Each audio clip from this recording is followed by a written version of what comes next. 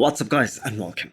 You are watching Fazi Fitness. Let's start today's regular bodybuilding update video with the reigning 212 Mr. Olympia Keone Pearson. The offseason is now in full swing for him and Keone is absolutely smashing it. One day at a time he's getting better and better. It's all gas, no brakes for him as he played it very smart by backing things off after the Olympia last year for about 2 months or so, making sure he's healthy and ready for that big push again. So as the current Mr. Olympia champion, you can just see that Keone is more motivated than ever. He has more fire inside him now to defend his title, to stay on the top, and to be the Olympia champion for many years to come. Because the thing is, Keone knows that he has the best genetics out there. He has that gift. And if he works hard enough, and if he is able to bring up an even better bag than what we saw at this past Mr. Olympia, realistically speaking, no one is going to be able to beat him at this upcoming Olympia. Because there is just no one like him in the entire 212 division.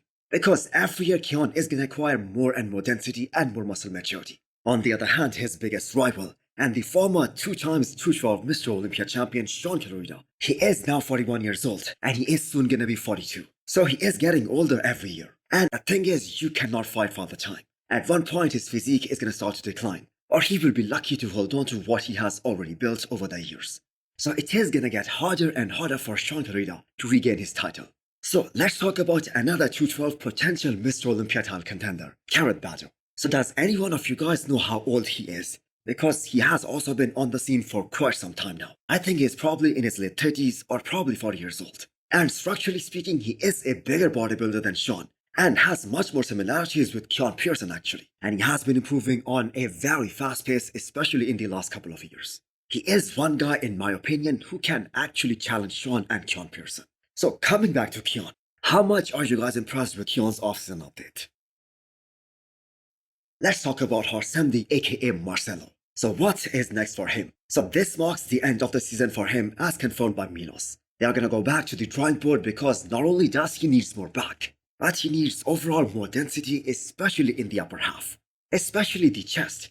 I'm sure many of you guys also noticed this. Whenever he was hitting that front double bicep shot on the stage, he was losing the fullness in his chest area.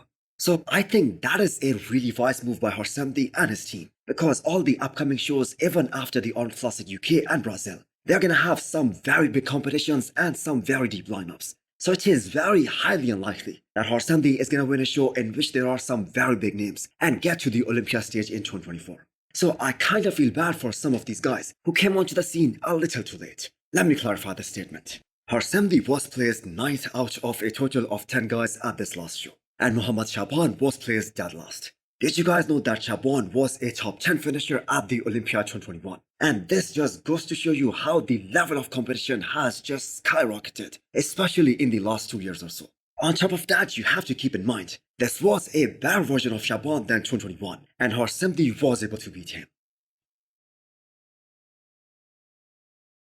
The Saharan Eagle Michael Daboul placed 5th at this Arnold Classic. Certainly not what he was aiming for, but Wesley Weezer's winning in Ohio. That will definitely give some of these guys more confidence that if they nail it just right, if they bring their all-time best, they can actually beat anyone on the given day. So considering Michael Daboul was prepping himself for this one, he wasn't with a coach this time. He did a splendid job.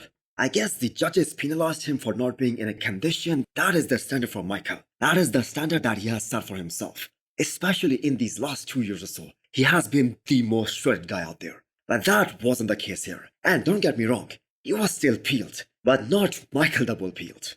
And it isn't over for Michael just yet. He's up for the Arnold Classic UK as well, and he is gonna be there in 2 weeks' time. And he is determined to bring an even better package in that show. So hit the thumbs up button if you liked the video, and smash the subscribe button if you wanna come back for more. Thanks for watching.